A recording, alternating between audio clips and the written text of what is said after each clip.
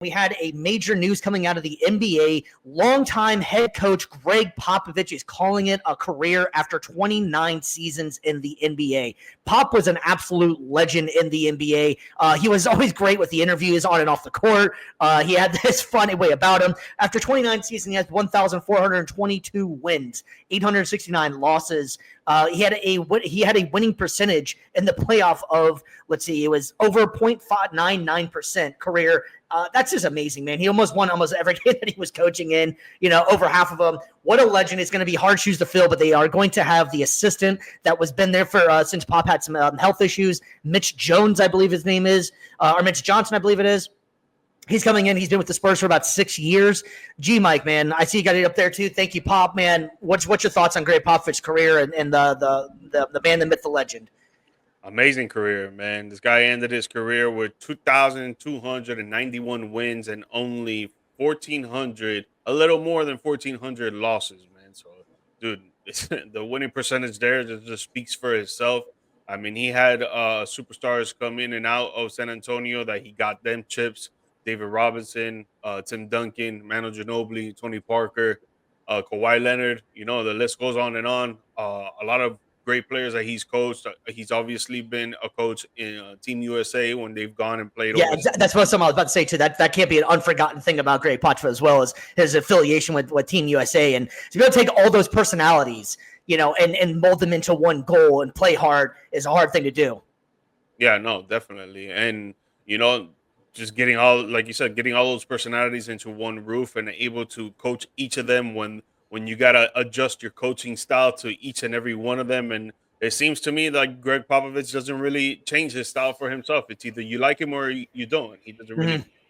He shows that in his interviews as well. Whenever the games were finished or during the game, whatever the case may be, he'll give it to you how he gives it. And if you don't like it, you don't like it. And if you do, you do. He doesn't really care. All he really cared about when he was in the league was winning, and that's what he did most of the time. I mean, dude, 5-time NBA champion head coach, Western Conference champion as well, so 6-time Western Conference champion, and the list goes on and on for Greg Popovich. He did a lot for the league and a lot of players around the league. When they found out that he was retiring, they I wouldn't say sad, but it was just like, wow, like a whole era has just gone. 29 seasons just like that.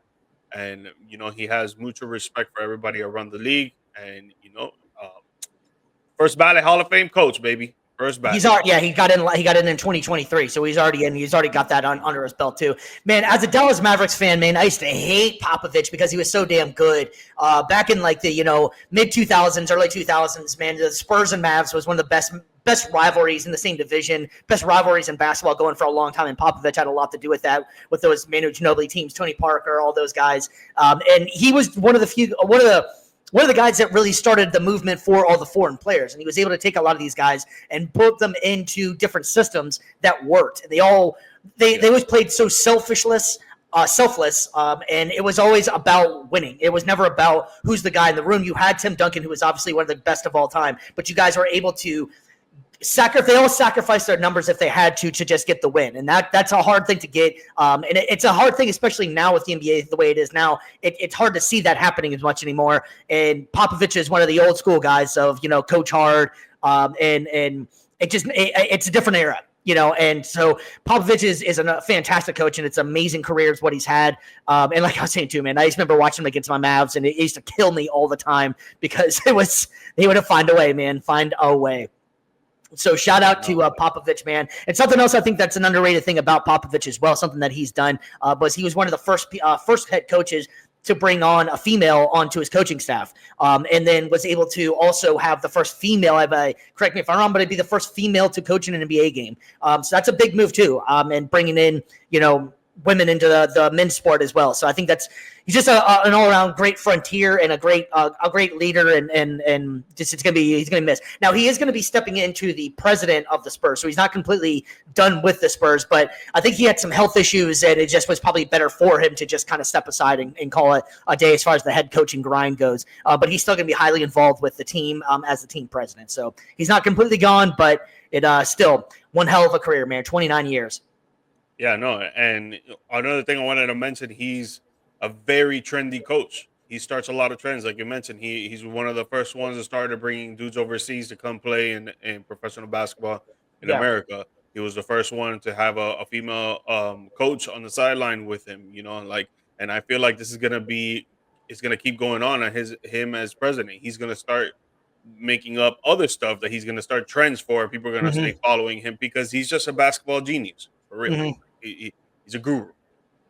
Yeah, 100%, man, 100%. He's definitely gonna be missed beyond the sideline, man. I just remember back whenever old Craig Sager used to interview him, man. That used to be so much fun. Unfortunately, Craig Sager obviously passed, and he always had the wild suits, and that used to always just be a highlight whenever he'd go try to interview him, and he would try to just be the most dry interview ever. But it was always just funny because you could tell they had like that kind of relationship together. So that was always fun, man.